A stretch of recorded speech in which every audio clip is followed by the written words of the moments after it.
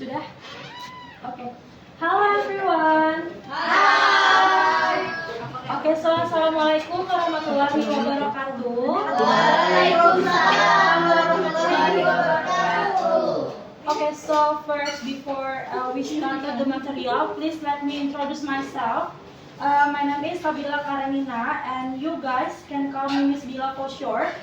And here I am as a new English teacher for yours. So, nice to meet you. Oke, jadi saya senang banget ya, maksudnya memiliki kesempatan untuk mengajar adik-adik sekalian, dan saya harap kalian puas dan materinya bisa dipahami. Oke, maybe kita langsung lanjut aja ke first slide.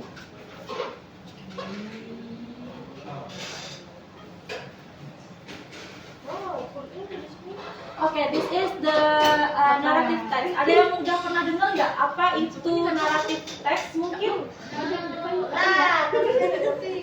Okay, so just let me explain. A narrative text is a kind of text that tells a story with a clear sequence of events. The story can be real, true, or fictional. Jadi biasanya teks narasi ini dia menceritakan sebuah cerita. Cerita tersebut dapat berupa cerita yang nyata atau mungkin imaginary saja ya, karangan saja. Okay, next slide. The second slide. Okay, next is the main purpose of the narrative text. The first is to entertain. Jadi fungsi yang pertama dari teks narasi itu, yang pertama adalah untuk menghibur para pembacanya.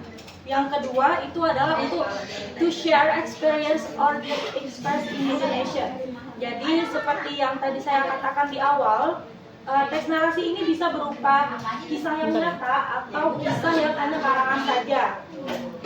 And next, the three is to teach moral values or life lessons.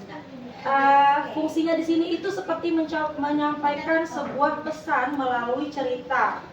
And the last but not least is to build empathy. Jadi fungsinya teks narasi ini adalah agar para pembaca itu bisa merasakan atau bisa ngerasain apa sih yang dirasakan oleh main karakter pada teks narasi tersebut.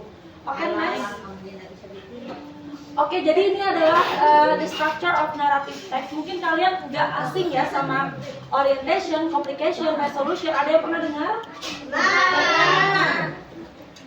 Oke, jadi kita bahas sedikit ya. Untuk orientation itu, orientation is introduction of character, time, and place. Jadi seperti contohnya itu ya, kita contohnya pada teks narasi itu, untuk timesnya itu pada zaman dahulu. Lalu untuk karakternya itu bisa dimasukkan seperti hiduplah seorang anak yang bernama Mia.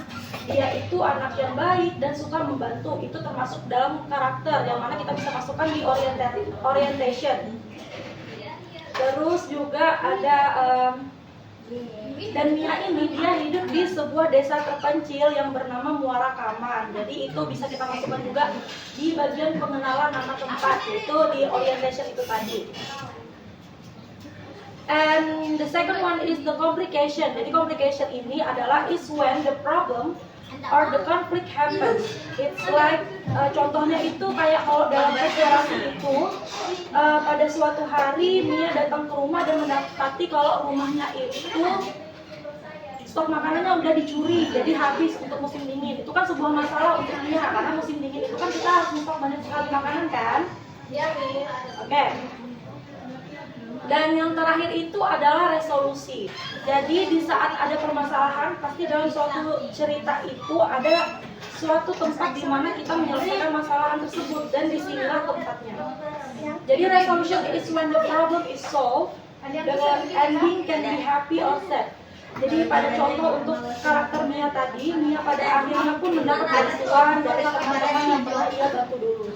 Jadi seperti yang sudah kita dengarkan di orientation tadi ya, jadi Mia ini orangnya kan baik hati, lembut, dia suka membantu. Jadi pada resolusinya pun dia karena kebaikannya itu dia pun dibantu dengan orang-orang yang pernah dia bantu dulu.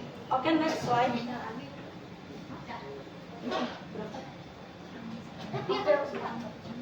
Okay, next is the language feature of narrative text. Jadi biasanya untuk teks narasi itu